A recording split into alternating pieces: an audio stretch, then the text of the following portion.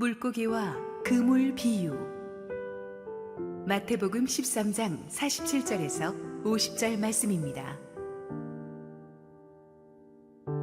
또 천국은 마치 바다에 치고 각종 물고기를 모는 그물과 같으니 그물에 가득함에 물가로 끌어내고 앉아서 좋은 것은 그릇에 담고 못된 것은 내버리느니라. 세상 끝에도 이러하리라. 천사들이 와서 의인 중에서 악인을 갈라내어 풀무불에 던져 넣으리니 거기서 울며 이를 갈리라. 할렐루야. 우리 하나님께 감사와 영광의 박수 올려드리겠습니다. 우리 아주 멋진 10월의 가을날에 우리 주일 예배 자리에 나오신 모든 성도님들과 지금 실시간 온라인 생방송으로 함께하고 계신 국내 모든 성도님들에게 이 시간 하나님의 축복이 넘치도록 임하기를 축원합니다. 우리 함께 기도하시고 말씀 보겠습니다. 하나님 은혜를 감사합니다. 오늘도 부족하기 짝이 없는 종을 감추시고 우리 주님 예비하신 천국의 비밀을 알려주옵소서. 예수님 이름으로 기도했습니다. 아멘. 지난주에 우리는 예수님의 비유 시리즈 첫 번째 이야기 모든 것을 팔아 진주를 사라 하는 말씀을 함께 나누었습니다. 우리를 사랑하사 우리를 위해 자신의 목숨까지도 내어주신 주님, 그 주님을 위해서 우리 역시 최고의 사랑과 헌신을 아낌없이 드릴 수 있다는 것을 배웠어요. 우리가 그런 자세로 예수 믿는다면 주님께 뭘 드린들 아깝겠습니까? 가장 사랑하는 연인을 위해서 요리하는 사람처럼 주님께 드리는 헌신이 기쁘고 감사가 넘칠 줄로 믿습니다. 오늘은 물고기와 그물 비유를 좀 살펴볼 텐데요. 그 당시 갈릴리 호수는 바다처럼 넓어서 자주 갈릴리 바다라고 불리기도 했다고 합니다. 특히 북부 갈릴리 지역은 이스라엘에서도 소문난 황금 어장이었고 예수님의 12제자들 중에 대부분은 이 어장에서 잔뼈가 굵은 어부 출신들이었습니다. 그래서 그 어느 비유보다 오늘 예수님의 비유는 제자들의 귀에 아마 쏙쏙 들어왔을 것입니다. 47절 48절 읽습니다. 또 천국은 마치 바다에 치고 각종 물고기를 모는 그물과 같으니 그물에 가득함에 물가로 끌어내고 앉아서 좋은 것은 그릇에 담고 못된 것은 내버리느니라. 이 짧은 비유에서 우리가 주목할 키워드 4가지: 바다, 물고기, 그물, 그리고 어부입니다. 이 4가지 키워드가 상징하는 의미들을 우리가 조금 음미하면서 이 스토리를 살펴보면 하나로 꿰면 중요한 영적인 진리가 있습니다. 먼저 이것들이 상징하는 것부터 짚고 넘어가겠습니다. 바다는 세상이죠. 미지와 어둠에 가득 덮여 있는 세상입니다. 물고기는 그 세상 속에 살고 있는 사람들을 상징하죠. 어부는 물론 하나님입니다. 어부가 던지는 그물은 천국의 복음이고 그 천국의 복음을 위임받은 교회인 거예요. 이 사실을 염두에 두고 물고기는 사람들, 바다는 세상, 어부는 하나님, 어부가 던지는 그물은 천국 복음이고 그 복음을 위임받은 교회다. 자, 여기서 먼저 우리가 알아두어야 될 것은 여기서 말하는 그물이 우리가 어렸을 때 시냇가에서 고기 잡때 썼던 그런 작은 그물이 아니라는 거예요. 당시 갈릴리 바다에서 고기 잡는 어부들이 썼던 오늘 본문의 그물은 헬라어로 사게네라고 하는데 이 그물에 무거운 납을 달아서 바다 밑바닥까지 훑어서 대량으로 고기를 잡는 거대한 저인망 그물을 말합니다. 일단 배 밑에 던져졌다가 끌어올려지는데 이 무거워서 물 밑으로 가라앉을 때 원추체 모양으로 펼쳐져서 그 안에 있는 모든 고기를 끌어모읍니다. 이 그물은 보통 2m 높이고 길이가 100m 정도 되는 크고 긴 그물인데 이 방법으로 여러 종류의 물고기들을 한꺼번에 잡습니다. 예수님께서 베드로를 제자로 처음 부르셨을 때 내가 너를 사람 낚는 어부 되게 하리라 하셨잖아요. 한두 마리가 아니에요. 저렇게 수백 수천 마리의 물고기를 한꺼번에 끌어담는 거대한 비전을 말씀하신 것입니다. 우리는 어부이신 주님의 손과 발이 되어서 세상 속으로 그물을 던져서 이렇게 물고기 떼를 영혼들을 끌어오는 자들입니다. 자, 바닷속 어떤 지역을 어부는 선택을 합니다. 가장 물고기들이 입질을 많이 하는 타이밍에 그물을 확 펼치죠. 바로 그 지역을 그때 지나가던 고깃대들이 그물로 빨려드는 거예요. 어부는 성급하게 그물을 낚아채지 않고 그물이 완전히 찰 때까지 서서히 고기들을 최대한 많이 유도해서 서서히 해변 쪽으로 갑니다. 그물에 어느 정도까지 고기들이 차면 베테랑 어부는 이 그물의 무게로서 그물을 이제 조여도 되는지의 타이밍을 판단하죠. 꽉 차면 해변으로 끌어올려서 고기를 가르는 작업을 합니다. 이때 나쁜 고기는 저장되지 않고 버려지게 되죠. 아까 말씀드렸듯이 여기서 그물은 천국 복음을 받은 교회입니다. 그물이 크고 바다 밑까지 싹 훑을 수 있는 이 예인망이라는 것은 교회가 하나님께서 구원하시기로 작정한 사람이 정말 크다는 거예요. 그 요한계시록에 가보면은 천국에 흰옷을 입은 수많은 사람들이 숫자를 셀 수 없을 정도로 많은 사람들이라고 했어요. 하나님의 이 구원의 그물의 폭이 그만큼 크고 넓다는 거예요. 생각지도 못했던 사람들이 구원받고 천국에 와 있어요. 그래서 매일 서로 놀랍니다. 어떻게 네가 왔냐? 지금 사돈이 낱말하고 있는 거냐? 엄청나게 많은 사람들이 그물에 끌어당겨 온 거죠. 부활하신 주님께서 주신 지상 명령을 생각해 보십시오. 너희는 가서 모든 민족을 제자로 삼아라. 오직 성령이 너희에게 임하면 너희가 권능을 받고 예루살렘과 사마리아와 땅 끝까지 그물을 펼쳐서 내 증인이 될 것이다. 세계화라는 단어가 생기기도 2000년 전에 주님께서는 이미 전 세계를 가슴에 품고 계셨어요. 하나님이 교회를 통해서 펼치시기 원하시는 이 복음의 그물, 구원의 그물은 엄청나게 큽니다. 우리는 주님의 손과 발이 되어서 이 그물을 더 넓게 펼쳐야 되는 것입니다. 자, 여기서 우리가 먼저 주목해야 될 것은 이 어부의 준비와 집념이 얼마나 엄청나냐는 거예요. 이스라엘 가보신 분들은 아시겠지만 이 갈릴리 바다가 굉장히 크잖아요. 그 넓은 바다에 아무 때나 그냥 대충 그물을 던진다고 되는 것이 아닙니다. 숙달된 어부는 날씨와 지형을 잘 살피고 바람의 풍세를 잘 보고 고깃대의 습성을 잘 파악을 해가지고 최상의 타이밍에 가장 적합한 지점에 그물을 던져서 고깃대들을 끌어들입니다. 축구 선수도 골 결정력이 좋아야 되는데 숙달된 어부이신 하나님은 결정력이 좋으세요. 가장 고깃대를 철저히 분석하셔서 이 그물을 던지십니다. 에베소서 1장에 보면 하나님께서는 만세전부터 우리를 택하셨다고 했어요. 신학적인 용어로 그것을 예정하셨다, 프리데스틴 하셨다고 말합니다. 그랜드 캐년이 생기기도 전에, 동해물과 백두산이 생기기도 전에, 우리가 태어나기도 전에 하나님께서 우리를 선택하셨습니다.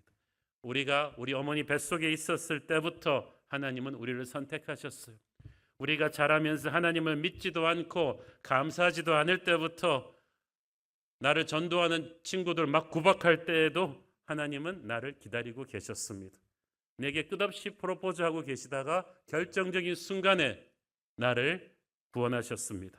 그러므로 어부이신 하나님은 정말 확고한 의지와 치밀한 준비로 나를 구원하셨다.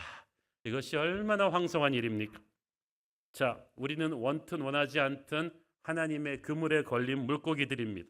처음에는 하나님에 대한 의심도 있고 갈등도 있고 저항도 있지만 소용이 없어요. 물고기떼가 처음에 그물 안에 착 들어오면 물속에서 그물 안에 낚였기 때문에 자기가 처음엔 잡힌 것도 몰라요. 한참은 신나게 헤엄쳐 다니지만 이게 뭔가 이상해요. 어느 지점에 가면 퉁퉁 부딪혀서 돌아오는 게 있단 말이죠. 이제는 물고기떼는 자유롭게 헤엄치는 것 같지만 어부가 끄는 그물 안에 통제를 받는 거예요. 마찬가지로 우리도 하나님의 그물 안에 일단 탁 들어오잖아요. 그 다음부터 우리 마음대로 사는 것 같은데 이전처럼 못 살아요. 여러분, 예수님 믿고 나서부터 생기는 현상이 있습니다. 내 마음대로 살고 싶은데 그렇게 잘 안 돼요. 옛날에 재밌던 것이 재미있지를 않아요. 옛날처럼 술을 마셔도 그렇게 유쾌하지가 않고 자꾸 토하게 되고, 옛날처럼 그렇게 이상한 데 가서 막 춤추고 노래할 때 갑자기 마음이 불안해지기 시작하고, 옛날에는 뻔뻔하게 거짓말도 잘했는데 요즘은 하고 나면 그냥 간이 둥궁둥궁하고, 어떤 분이 끝없이 나를 끌어당기고 있어요. 꼭 유리벽처럼 내가 못 가게 툭툭 하는 게 있는 거예요.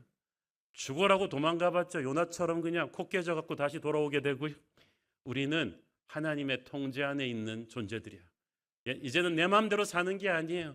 나를 구원하신 그분의 섭리 가운데서 살아가는 거죠. 자, 중요한 건 48절에 그물에 고기가 가득할 때 끌어올린다는 거죠. 그물이 다 차는 것은 어떤 때는 빠르고 어떤 때는 더딥니다. 때로는 어부도 깜짝 놀랄 정도로 그물에 엄청난 고깃대가 확 들어오는 때가 있어요. 기독교 역사에도 보면요, 엄청난 부흥의 시즌이 있었어요. 어느 나라 어떤 때에 20세기 초반이 그랬습니다. 그때는 한 10년, 20년이 지구촌 곳곳에 부흥의 바람이 불었어요. 영국 웨일즈에서, 인도에서, 평양 장대현에서, 미국 어주서 거리에서 성령의 바람이 막 불처럼 불기 시작했어요. 그때 세계 최대 교단인 하나님의 성회도 생긴 거예요. 많은 사람들이 예수님을 믿었어요. 웨일즈에서, 평양에서, 미국 아주사에서는 그냥 교회 문만 열어놓으면 사람들이 인산인해로 몰려들었다고 했어요. 그런데 이게 언제까지 계속되는 건 아니기 때문에 부흥의 때에 교만하지 말아야 돼요. 그때 교만해져서 영적으로 안일해져서 어떻게 되었나요? 지금 부흥의 현장이었던 그곳에 가보면 평양이든 웨일즈든 아주사 거리든 가보면은 교회당 텅텅 비어 있어요. 차갑게 가라앉아 있어요. 그러니까 그 부흥의 때가 있는 거예요. 또 어떤 때는 그물에 고기가 너무 들어오지 않아서 낙심될 때도 있습니다. 그러나 이때도 너무 인간적인 생각으로 빨리 포기하면 안 됩니다. 심는 자가 있으면 물 주는 자가 있고 이걸 거두는 건 하나님이시기 때문에 이걸 인간적인 눈으로 속단하고 빨리 기법하면 안 되는 거예요. 오래전에 인도의 한 지역에 선교 본부가 여기는 전략적인 요충지다. 그래서 선교사들을 집중 파송하고 물적 자원, 인적 자원을 집중 통원해서 10년 동안 정말 정성을 쏟아부었는데 20명의 회심자도 나오질 않았어요. 얼마나 낙담됐겠습니까? 선교본부에서는 이제 그만 철수하자. 다른 지역으로 가는 게 낫겠다. 그래서 현지 선교사들에게 철수 준비를 하라고 통보를 했는데 마지막 결정을 하기 전에 선교사들의 모임에서 한참 감로들박이 오가다가 브레이크 타임을 가졌어요. 근데 가장 나이 많으신 선교사님이 밖에 나가서 좀 밤바람을 쐬면서 하늘을 보는데 별들이 쫙 갈린 거예요. 이 선교사님에게 이사야서 40장 26절 말씀이 떠올랐어요. 너희는 눈을 높이 들어서 이 모든 것들을 누가 창조하였나 봐라. 하나님께서 하셨다. 그의 능력은 크고 강하시다. 그 말씀이 생각나면서 아브라함에게 주셨던 그 말씀, 아이가 하나도 없는데 너의 자손은 하늘의 별들처럼 많을 것이다 는 말씀이 생각났어. 그래서 선교사님이 눈에서 눈물이 울컥 난 거예요. 그래서 다시 들어와서 Let's try one more time. 우리 한 번만 더 해보자. 한 번만 더 해보고 안 되면 그때 가서 문을 닫아도 늦지 않다. 그래서 선교본부에 그렇게 통보하고 선교사들이 힘을 합쳐서 그 지역에서 다시 한번 마지막 파이팅을 담아서 사역을 했는데 기적이 일어났어요. 사역이 폭발적으로 막 부흥하기 시작하더니 엄청난 숫자의 회심자들이 밀려들기 시작했어요. 10,000명이 넘는 교회들이 막 인도에 처음으로 생겨난 거예요. 여러분, 주님이 역사하시는 그물에 물고기들이 언제 어떻게 쏟아질지는 오직 주님만이 아십니다. 우리가 믿어야 될 것은 복음의 능력이에요. 그래서 당장 눈앞에서 우리 세대의 결과가 나타나지 않는다 할지라도 하나님의 말씀은 헛되이 돌아오지 않기 때문에 우리는 신실하게 이 그물을 펼쳐야 되는 줄 믿습니다. 또 한 가지 중요한 것은 그물 안에 물고기들이 있는데 이 심판 때까지 성급한 판단을 유보해야 된다는 거예요. 그물에 고기가 가득하니까 물가로 끌어올렸다는 말은 세상의 종말을 가리키는데 종말이 언제 오느냐? 그물에 고기가 가득할 때 온다. 그물에 고기가 가득했다는 것은 하나님이 생각하는 풀로 채워졌다. 모든 민족이 예수 믿었다는 말은 아니고 모든 민족에게 복음이 전해졌다는 뜻이죠. 예수님께서도 그렇게 말씀하셨습니다. 마태복음 24장 14절 이 천국 복음이 모든 민족에게 증언되기 위하여 온 세상에 전파되리니 그제야 끝이 오리라. 온 세상이 예수 믿는 게 아니고 온 세상에 복음이 전파되는 거예요. 그 말은 모든 사람에게 한 번쯤은 기회가 주어진다는 거죠. 자, 여러분, 정해진 시간이 있어요.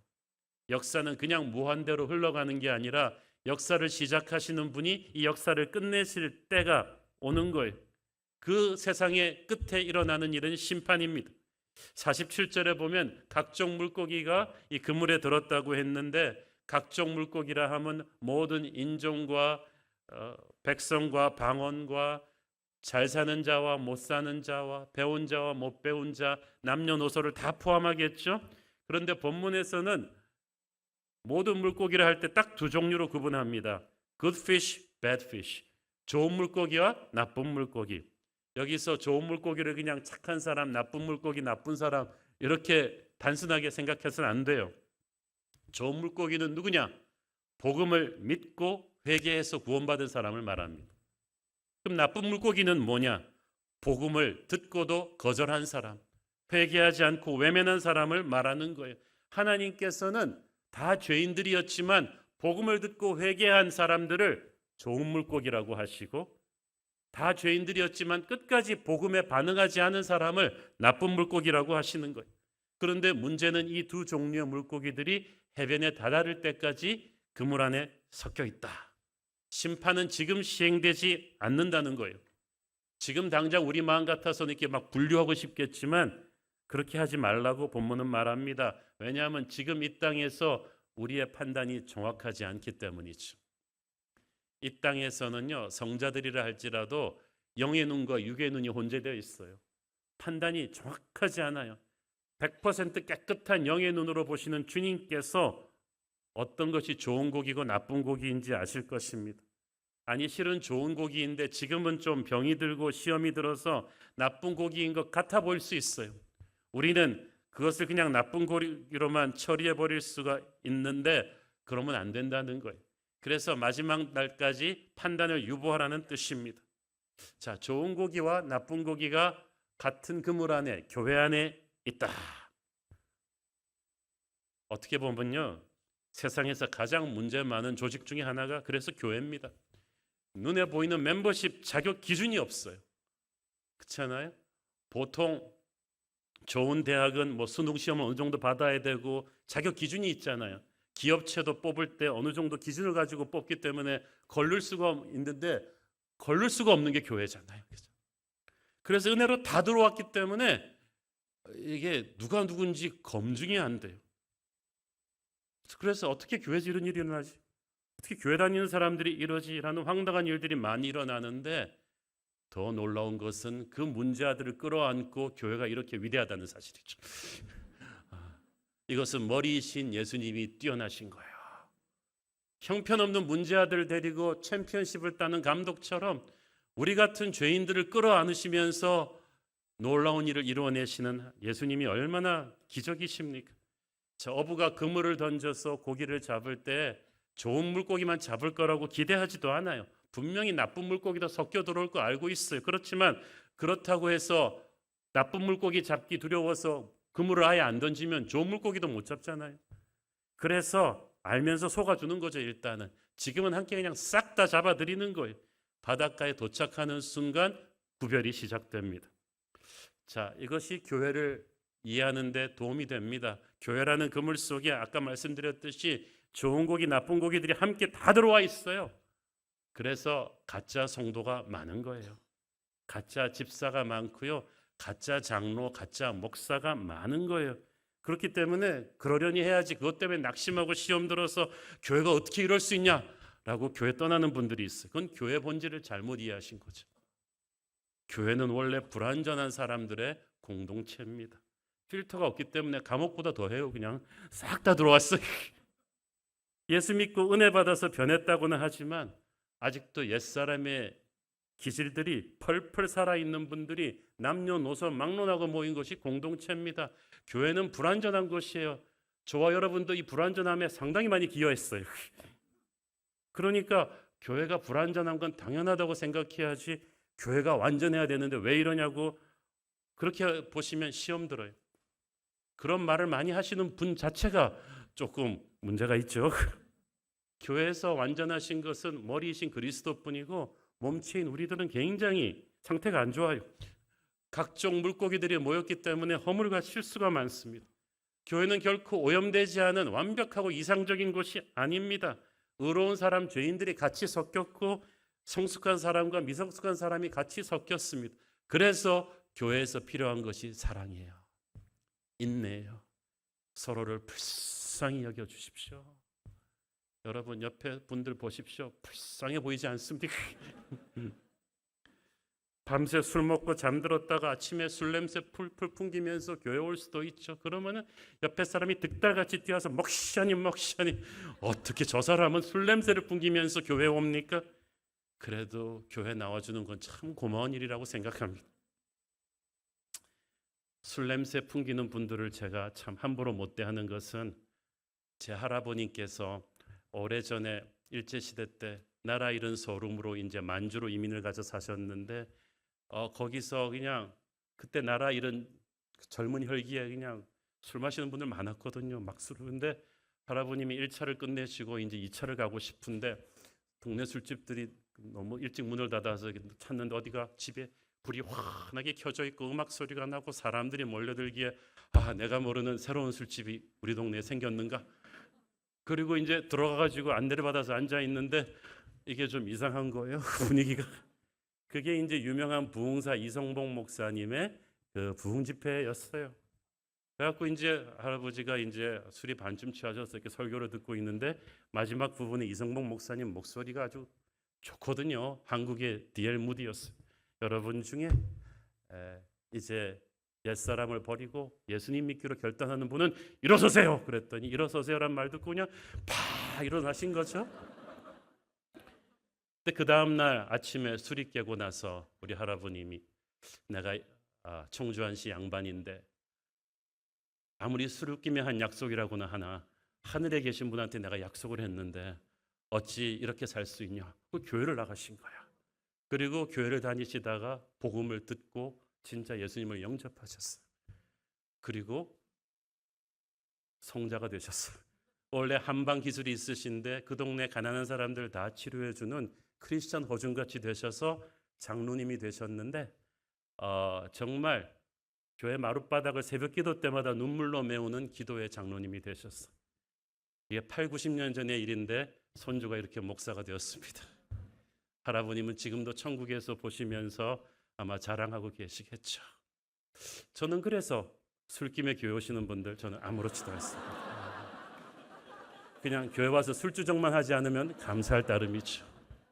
담배 냄새 풍기시는 분들 괜찮습니다. 교회 내에서만 금연하시면 됩니다. 중요한 거는 그게 아니죠. 여러분이 이 교회라는 그물 안에서 하나님의 역사가 임한다는 게 중요한 거죠. 그러므로 여러분 못된 고기 보다가 실족하지 마세요. 어떻게 저런 사람도 교회 나오니? 저 사람 꼴 보기 싫어서 교회 못 가겠다는 말을 하지 마세요. 사람보다 중요한 것이 주님이거든요.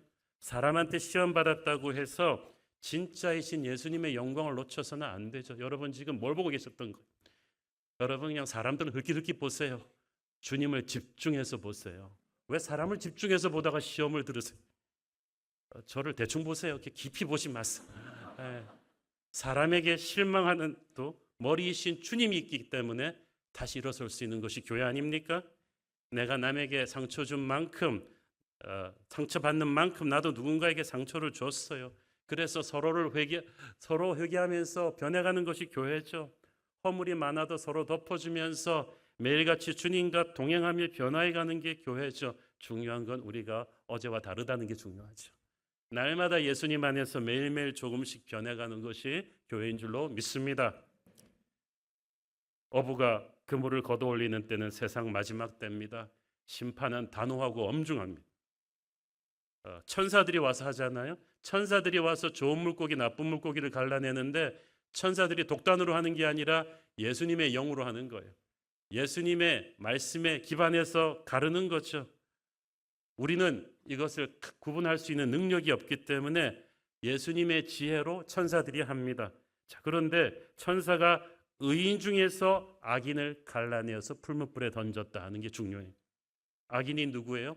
지금까지 천국 복음을 담은 그물 속에 있었지만 끝까지 회개하지 않고 변하지 않은 그 사람이 악인이라고 말합니다. 우리가 말하는 세상에서 살인죄, 강도죄 지은 사람이 아니라 적어도 오늘 비유에서 악인은 교회라는 그물에 일단 들어왔어. 다른 사람들보다 훨씬 더 복음을 전할 찬스가 많았음에도 불구하고 안 믿은 사람이죠. 그들은 영적 착각에 빠져 있었어요. 마치 밤에 운전할 때 내 차 헤드라이트가 꺼져 있는데도 길이 밝고 다른 차들의 헤드라이트가 켜져 있으니까 내 차도 켜져 있다고 착각하는 것처럼, 교회 와서 다른 성도들과 함께 찬송 부르고 교제하고 예배하면서 시간 보내다 보니까 자기도 의인이라고 착각을 해요. 그렇지만 실상은 복음에 대해서 깨져본 적이 한 번도 없는 거예요. 하나님이 많은 기회를 주셨는데 회개하지 않는 그 사람을 이 본문에서는 악인이라고 말하는 거예요. 심판날에 구분되어서 울며 이를 갈아도 소용없는 곳에 던져지게 됩니다. 좋은 고기들과 함께 섞여 있는 못된 고기들, 교회라는 우물 안에 들어왔지만 끝까지 회개하지 않은 영적 위선자들에 대한 경고입니다. 얼마나 무섭습니까? 복음을 전혀 안 들은 사람들이 아닌데 복음을 들었지만 복음을 외면한 사람들이. 사도 바울은 20년 역사와 전통을 가진 로마 교회에게 편지하면서 너희 안에 복음을 전하기를 원한다고 했어요. 갑자기 세계 선교사 바울의 복음을 전하는 전도 대상이 교회가 되어버린 거예요. 바울은 왜 그런 말을 했겠어요? 바로 교회 안에 나쁜 고기들이 아직까지 남아있는 거예요.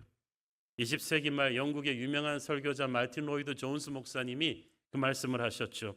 교회 다닌다고 해서 다 복음을 제대로 알고 있는 크리스찬이라고 단정해서는 안 된다. 영국 교회가 그러다가 망한 거다. 진짜 그래요. 그렇게 오래 교회를 다녔는데 복음에 무식한 사람이 있어요.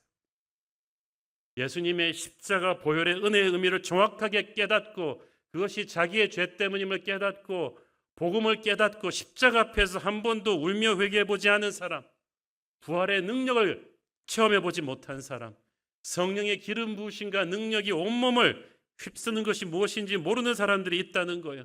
그냥 교회 오래 다녀서 종교의식에 익숙한 거예요. 그러니까 경건의 모양은 있는데 능력이 없어요.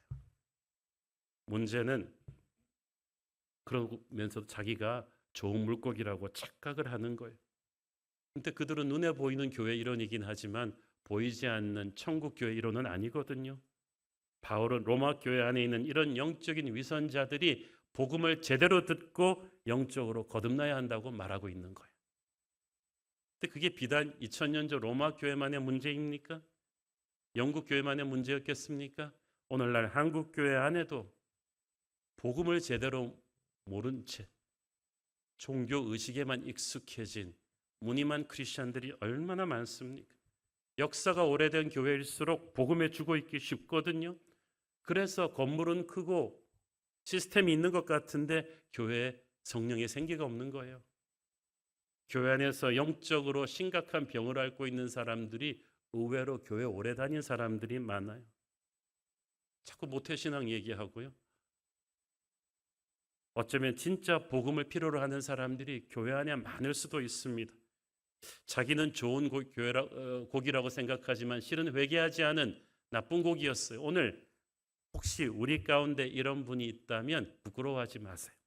체면 생각하지 마시고 정직하게 자신의 영적 상태를 점검하십시오. 복음을 제대로 알고 회개하고 거듭난 시간이 있었습니까? 없다면 오늘 이 시간이 여러분의 결단의 시간이 되기를 바랍니다. 마지막 때에 교회에게 주는 두 가지 엄중한 메시지가 오늘의 비유 안에 들어 있습니다. 요즘 세상 돌아가는 것을 보면 뭐라고 설명할 수는 없지만 하나님이 역사의 그물을 점점 이제 쬐고 계시다는 것을 느낄 수가 있어요. 마지막 때가 정말 코앞까지 왔어요. 이 듣도 보도 못한 이 글로벌 팬데믹을 거치면서 이 전쟁의 공포가, 경제적인 대공황이, 환경 파괴 현상으로 인한 기후 변화가 지금 막 지구촌 곳곳에서 터지고 있어서 뉴스 보기가 무섭지 않습니까? 그런데도 사람들 정신 못 차려요. 돈밖에 모르는 황금 만능주의 문화와 음란 문화가 우리 사회도 막 이미 수위를 넘어버렸어요. 이런 세상에서 온갖 더러운 것들이 소용돌이치는 이 세상에서 애들을 어떻게 키워야 될지를 모르겠어요. 선하고 의로우신 하나님께서 언제까지 이런 세상을 놔두실 리가 없잖아요. 역사의 주관자이신 하나님께서 그물을 번쩍 드는 순간 모든 것은 끝날 것입니다. 바로 그 다음은 심판입니다. 그렇기 때문에 여러분이 마지막 때에는 하루하루가 영적으로 너무나 중요해요. 우리 지상교회에게 하나님이 주시는 두 가지 중요한 도전이 오늘의 본문에 있는 거예요. 첫째는 정말 열심히 전도하라는 거죠. 어부가 예수님이라고 했는데 우리 또한 예수님의 명령을 받은 어부들 아닙니까? 네가 사람 낚는 어부가 될 것이다. 우리도 베드로의 후예들이 아닙니까? 예수님은 우리를 통해서 복음의 그물을 세상 속으로 펼치십니다. 아까 어부들이 던지던 갈릴리 어부들이 던지던 사근의 그물이 한두 명이 던질 수 있는 게 아니고 적어도 6명, 10명이 한꺼번에 여러 배에서 던져야 되는 거라고 했죠. 한두 명이 될 수 있는 일이 아니고 모든 성도들이 여러 교회들이 한꺼번에 이 그물을 던져야 되는 때예요. 이제 세계 복음화를 위해서 민족 복음화를 위해서 우리가 교단의 차이를 초월해서 함께 힘을 합쳐야 될 때인 줄 믿습니다. 왜냐하면 시간이 너무 없어요. 우물쭈물 자꾸 부수적인 일들에 시간 낭비할 때가 아니에요. 한 영혼을 구원하기 위해서 만세전부터 계획하고 준비하신 하나님의 마음을 본받아서 우리가 주님의 손과 발이 되어야 됩니다. You have to think like God. 하나님처럼 생각을 하기 시작해야 돼요. 이제 우리 전도축제 지상에서 영혼으로 얼마 남지 않았는데 여러분 그냥 한 부서가 하는 교회 행사로 생각하지 마세요. 물론 전도팀이 기획하고 준비합니다마는 우리 300명 중보기도팀이 밤낮으로 같이 지금 기도 백업을 하고 있는데 모든 공동체가 힘을 모아줘야 돼요. 이게 남의 일이 아니거든요. 영혼을 전도할 때 우리가 얼마나 지혜와 집념을 가져야 되는지 어부들에게서 배우지 않습니까? 어부들이 그냥 아무 때나 그물 던지지 않잖아요. 고기를 잘 파악해가지고 날씨를 잘 파악해가지고 완벽한 타이밍에 그물을 던지듯이 우리도 전도를 너무 무대뽀로 하면 안 돼요. 우리가 그래서 각 순별로 VIP 전도 대상자들을 파악하고 그분들의 스토리를 순별로 지금 서로 파악을 하고 있잖아요. 어떤 분은 가정이 무너지는 위기가 있고 어떤 분은 아픈 분이 있고 어떤 분은 사업의 위기가 있는데 그 위기가 기회가 될 수 있도록 한 사람 한 사람에 맞는 맞춤 전도 전략을 잘 짜야 돼요. 기업체들이 물건 하나 팔 때도 고객 분석을 하는데 왜 우리는 이렇게 막 전도를 하려고 해요? 천하보다 귀한 영혼이 우리 손에 있어요. 우리가 정말 기도하면서 한 영혼 한 영혼을 잘 스터디해가지고 이번 전도 집회를 준비해야 될 줄로 믿습니다. 둘째로 주님은 이 비유를 통해서 교회 안에 있는 나쁜 물고기들 회개하기를 원하세요. 복음을 영접하지 않고 무늬만 크리스찬들이 없게 하기를 원하십니다. 의인 중에서 악인을 골라낸다는 말이 얼마나 무섭습니까? 전부 다 의인인 줄 알았어요. 근데 아니었어요. 교회 오래 다녔다고 해서 구원받는 줄 알았는데 아니라는 거예요. 복음의 능력 앞에 무릎 꿇고 회개해야 그게 진짜 크리스찬인 거예요. 저는 담임 목사로서 항상 그런 생각은 있었습니다. 눈에 보이는 성도 숫자로 교회가 잘 되고 있다고 속단해서는 안 된다. 우리 교회 안에 영적인 사각지대가 없어야 된다. 교회 얼마나 오래 다녔냐는 말에 속아서는 안 된다. 집사, 장로 직분 받았다는 말에 속아서도 안 된다. 그가 정말 복음을 제대로 깨닫고 거듭났는가를 체크해야 된다는 거죠. 그래서 우리 교회 1:1 양육 프로그램 기독교 에센스 CES가 있잖아요. CES 첫 주, 둘 주에 벌써요. 이렇게 겉멋만 잔뜩 든 크리스천들은 깨집니다. 자기가 이렇게 교회를 오래 다녔는데 원죄가 무엇인지 몰랐다. 복음이 무엇인지 몰랐다. 이거는 부끄러운 고백이 아니에요. 정직하고 하나님이 원하시는 고백이죠. 이런 걸 통해서 우리 한 사람 한 사람이 정말 좋은 물고기로 거듭나야 될 줄로 믿습니다. 어부이신 하나님께서는 지금 세상 속에 있는 잃어버린 영혼들에게도 관심이 있으시지만 교회라는 그물 안에 들어와 있으면서도 복음에 무식한 영혼들이 정말 복음을 제대로 깨닫고 회개하고 거듭나기를 원하세요. 집안의 탕자들은 집 밖의 탕자들 이상으로 아버지의 마음에 있거든요. 우리는 주님의 그 마음을 품고 전도와 양육 이 두 가지에 총력을 기울여야 될 줄로 믿습니다. 우리 함께 기도하시겠습니다. 사랑하는 아버지, 오늘 우리 생명을 거두어 가신다고 해도 오늘 세상에 끝이 온다고 해도 주님 앞에서 부끄럽지 않을 진짜 믿음을 허락해 주옵소서. 우리 성도 중 단 한 명도 주님의 심판대 앞에 탈락하지 않도록 복음의 능력 앞에 깨어지고 거듭날 수 있게 하시고 주님의 사랑의 품에 자랑스럽게 떳떳하게 안길 수 있게 하여 주옵소서.